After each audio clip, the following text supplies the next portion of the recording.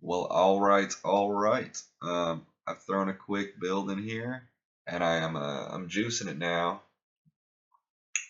Um,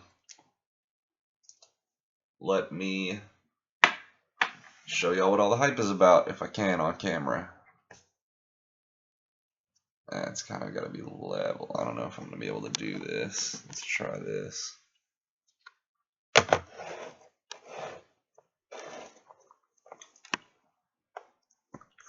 that work? No, hold on. I don't know if y'all can really see that, but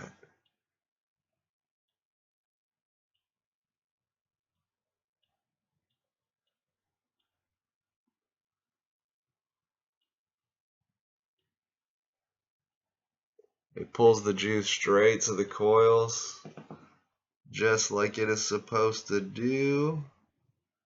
Which is awesome because I just feel like things rarely work how they're supposed to work these days, so it's nice when they do. Alright, so basically all I did was a dual coil, super simple. Homing in at 0.20. Is that right? I think one of my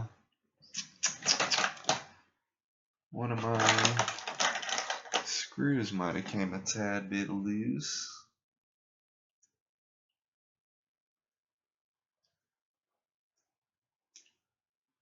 Oh, well, I don't know. It said 0.18 a minute ago. Now it's 0.20. What ifs? Alrighty, so as you can see, the way I've wicked this, straight around in a circle. And I'm kind of wondering if it's going to catch. Let's find out. Oh, sweet. So the top cap is pretty much perfectly designed to totally handle that. Alright, so 0.20 in the geyser.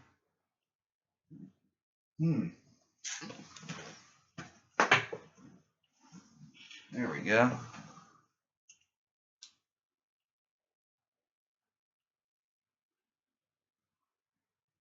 What just... No, okay. Never mind. I totally thought that I almost took the top off for a second, but no, it's one solid piece. Okay, so we got it seated on the box. I'm going to adjust my airflow. Oh no, I should have done that first. Alright, I'm going to adjust my airflow for dual coil, since that's what I'm rocking.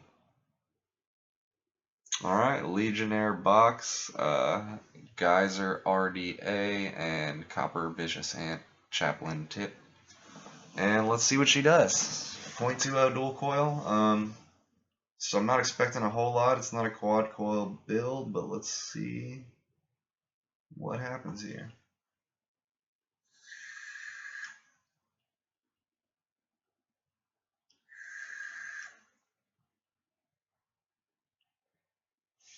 Certainly way better than the Eris. You can tell it's bottom feeder airflow and it's just a tiny bit restrictive.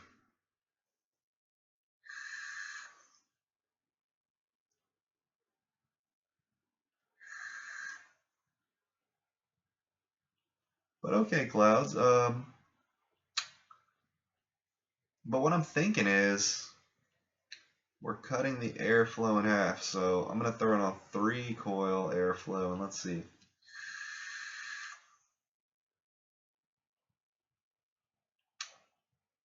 You saw that? I don't know. I don't know if you saw what I saw, but wow. Okay, let's throw in a quad coil airflow and see what happens.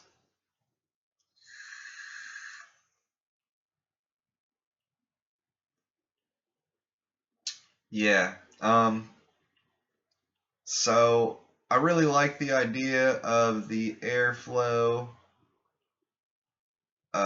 being adjustable, but unless you're running at higher ohms, building like 1 ohm coils and whatnot, I really don't think that most people would ever want to have it on dual coil airflow. It doesn't really feel restricted on dual coil, which is awesome, but it's a really warm vape, and the clouds are I don't know, they're nice, but they're not super fat. But on the quad coil airflow, they're pretty nice. This isn't a super duper cloudy device, but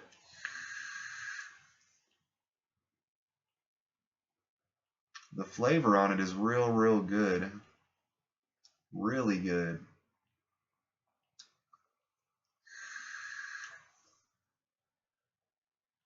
But I'm only rocking dual coil, and this is a quad coil atomizer, so I'm thinking that I might throw another 2 coils in here and shoot another video of this Addy to its full potential. I also think that I'm going to do different coils altogether because I think I'm going to shoot for a little bit of higher ohmage on this one, and just see how it goes.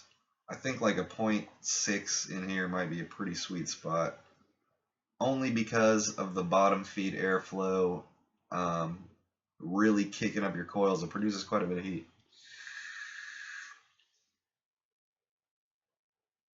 But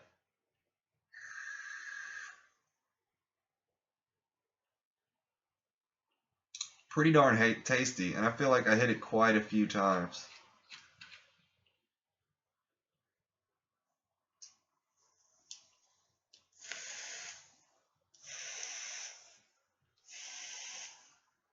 It chucks vapes.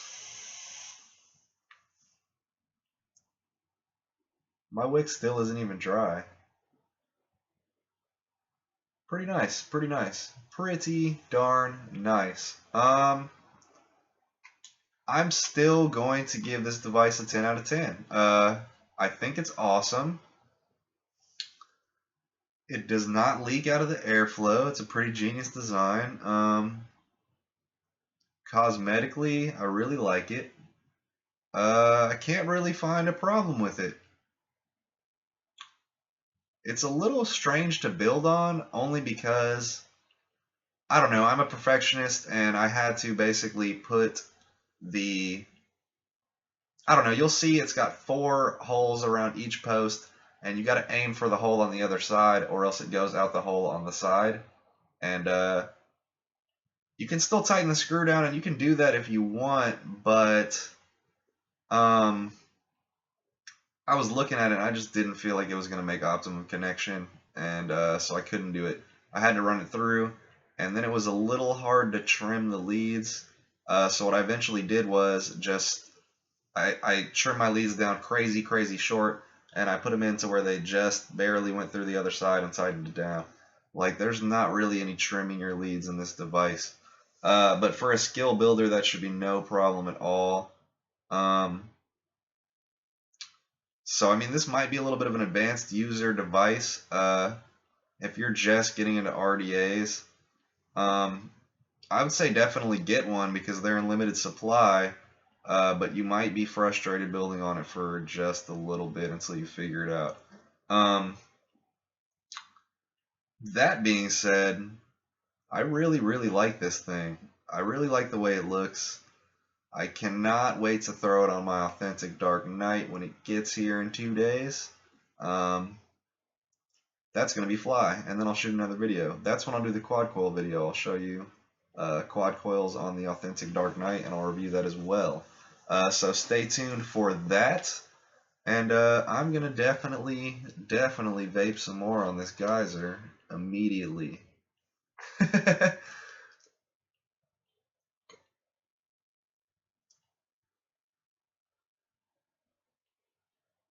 Oh my goodness. This is what really makes it like so worthwhile. That juice guide, wow, and you can just watch your whole wick just get saturated. This is basically like dripping for dummies. And I honestly really like that it's O-ringless because I plan on keeping these threads very clean, and they're very smooth. And because the airflow's on the bottom, there's no leakage anywhere. Like, this is really nice. Let's look at the bottom. Well, no, I don't really want to unscrew it.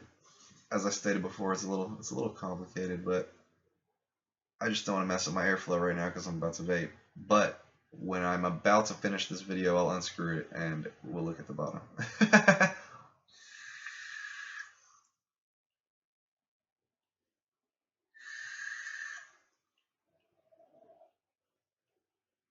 Like I said, not the cloudiest device, but I'm really tasting the juice, which I'm really enjoying.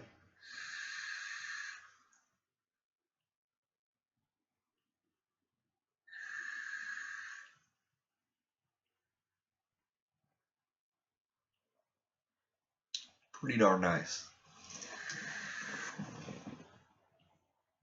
Alright, let's check out the bottom.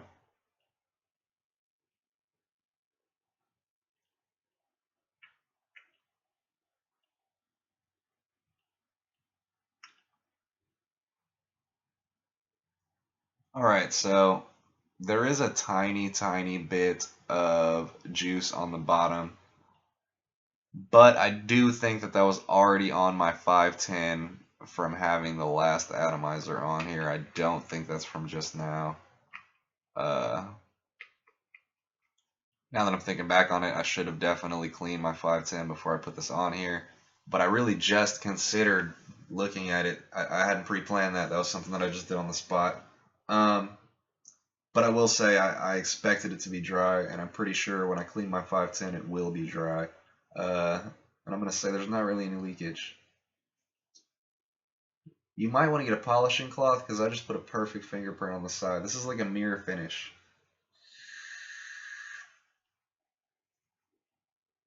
Alright, y'all. 10 out of 10. I think you should get yourself a Geyser.